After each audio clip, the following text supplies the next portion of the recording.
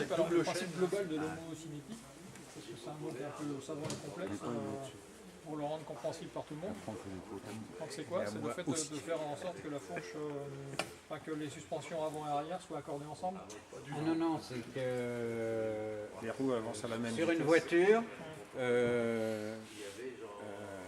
quels que soient les mouvements de suspension, il n'y a pas d'influence des suspensions sur la vitesse de rotation de la roue.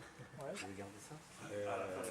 C'est-à-dire qu'avec une voiture à cardan homocinétique, d'ailleurs maintenant elles les ont toutes depuis 50 ans, à partir du moment où on a monté des cardans homocinétiques, alors au début on a fait des cardans homocinétiques parce qu'il y avait un croisillon à chaque bout de l'arbre, du cardan, et qui était à 90 degrés l'un par rapport à l'autre. Enfin du moins, au lieu d'être comme ça, ils étaient comme ça les cardans.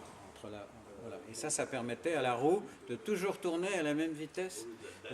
Si on mettait un disque en sortie de boîte, par exemple, à un moment il y a eu des disques de frein en sortie de boîte, le disque, quand il était à 291, la roue était à 291, le même régime de rotation tout le temps, quels que soient les mouvements de suspension.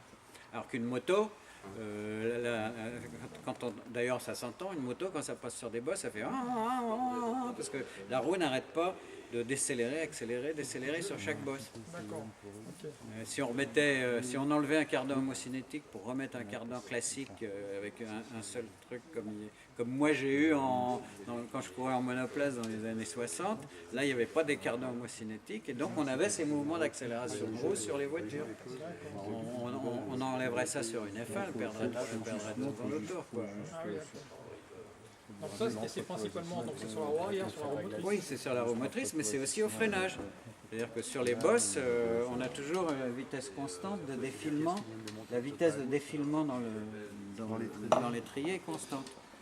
Alors que sur une fourche, je comprends pas au freinage, parce que sur une fourche télescopique, tout le reste c'est indépendant il y a la roue avec le disque qui est de toute façon. C'est fixe. Ouais, justement, alors quand la roue recule, pouf, il y a accélération de la roue, donc il y a accélération dans la pince.